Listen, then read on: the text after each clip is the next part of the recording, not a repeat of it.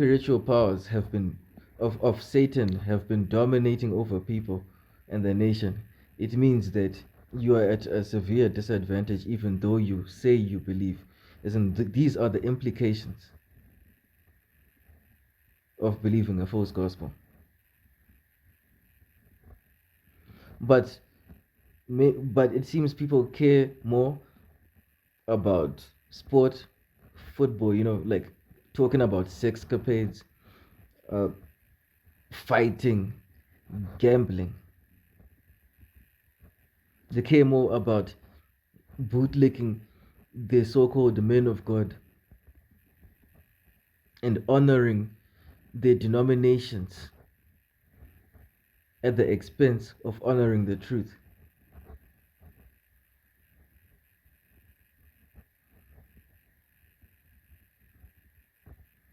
And then people expect the devil to not have a field day like he's been having in the nation.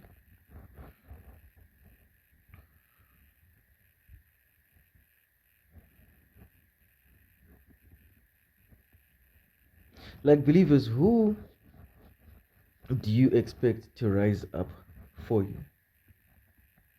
And when I say rise up, I don't mean rising up in the way that the world rises up, or how the world teaches you should rise up in the face of oppression. I'm not saying anybody should arm themselves or war with physical weapons. But I'm talking about rising up in the way that Yahushua Messiah says we should rise up as believers. Right? Is it not rising up to live by faith? Scriptures say the just shall live by faith. Is it not rising up?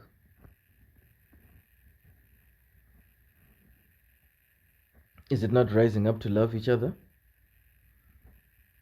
Is it not rising up for you who are strong to stand for the weak? Is it not rising up to tell each other the truth?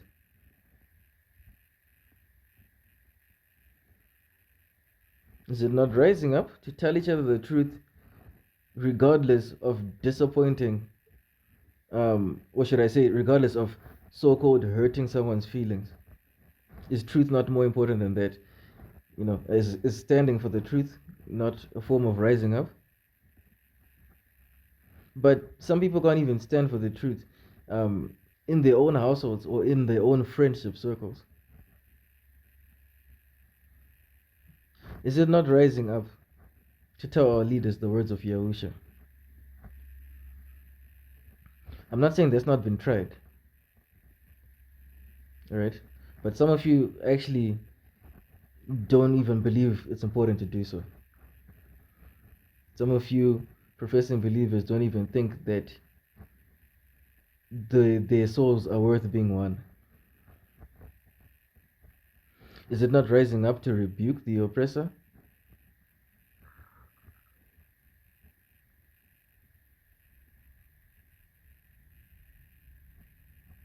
Is being a respecter of persons not a form of anti-rising up? People shouldn't be respecters of persons, right? So being a non-respecter of persons, is it not rising up? And I'm talking about in regards to the truth, especially, right? In the context of what I'm talking about right now, I'm saying, like,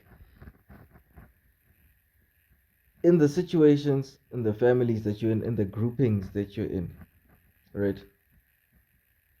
Standing for the truth regardless of who that person is it not a form of rising up?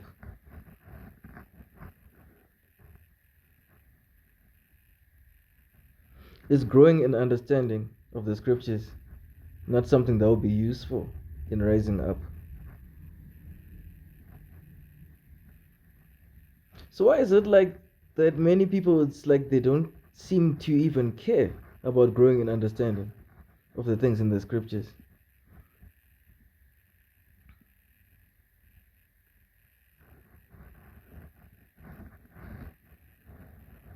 You see, even right now, many people would actually prefer that I be speaking like a politician right now. That's what a lot of people prefer. You want to keep being told the same things, which you have seen don't work for some reason. In fact, I know some of the reasons. Let me actually mention one right now. I think a lot of professing believers of Messiah in Zimbabwe are cowards.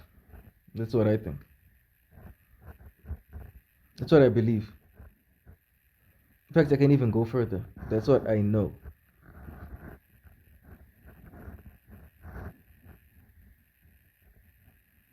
If I wasn't being clear enough when I said that's what I believe. That's what I know.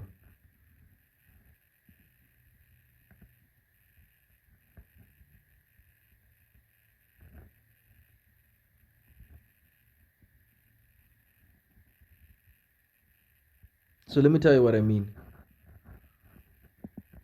when I say I believe many professing believers of Messiah are cowards. You see, many of you, here's what you do. You are afraid of standing for the truth.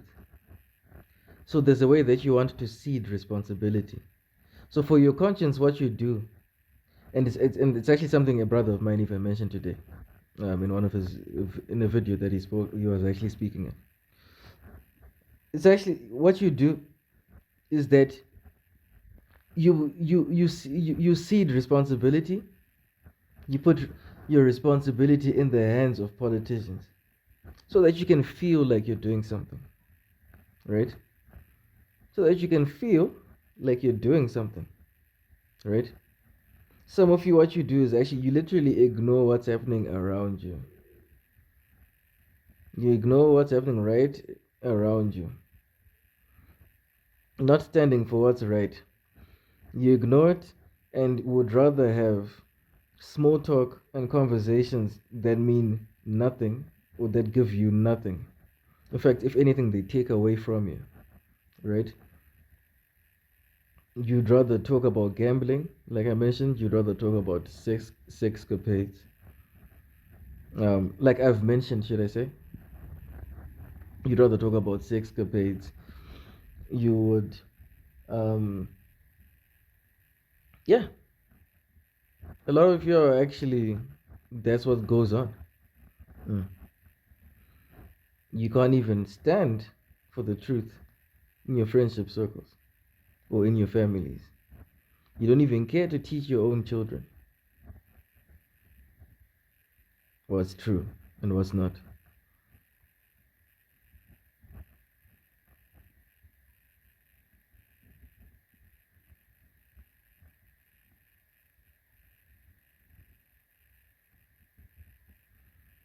And there's even quite a huge amount of selfishness involved here in Zimbabwe. People simply also just only care about themselves. If the bad thing is happening to someone else, a lot of people aren't bothered by that. How can that be a nation, though? How can that be a nation? Especially if that nation has a majority that's professing to believe in Messiah. Isn't there a way that that nation will be playing itself?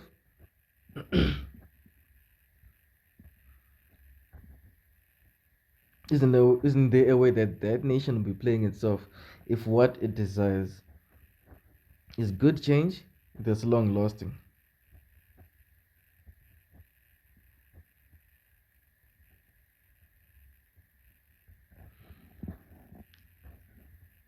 I think I want to read something else from the scriptures. I want to read something else from the scriptures to highlight another problem that is definitely clearly existent within the professing body of Messiah in Zimbabwe. So I'm starting from Hebrews chapter 5 and it's verse 8. And I'm going to verse 14. Okay. Though he were a son, yet learned he obedience by things which he suffered.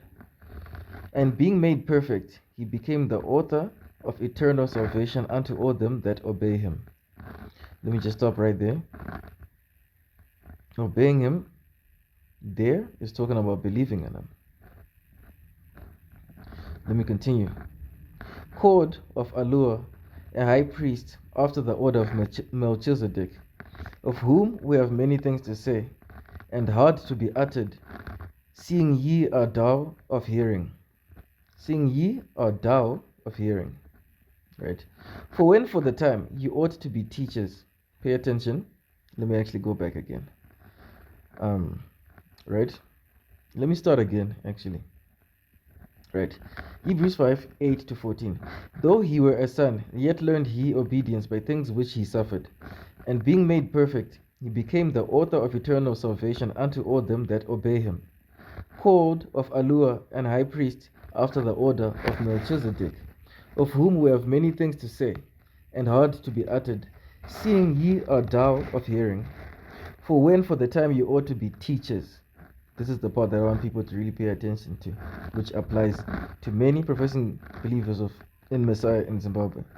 For when, for the time you ought to be teachers, you have need that one teach you again, which be the first principles of the oracles of Allur, and are become such as have need of milk, and not of strong meat.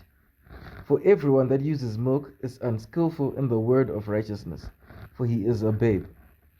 But strong meat belongs to them that are full of age, even those who by reason of use have their senses exercised to discern both good and evil.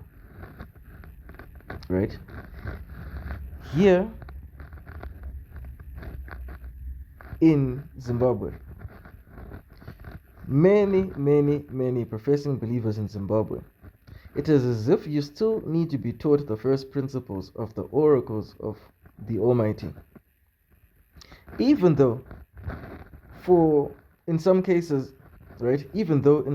many of you have been going to meet up during the weekends, calling it church for decades, right?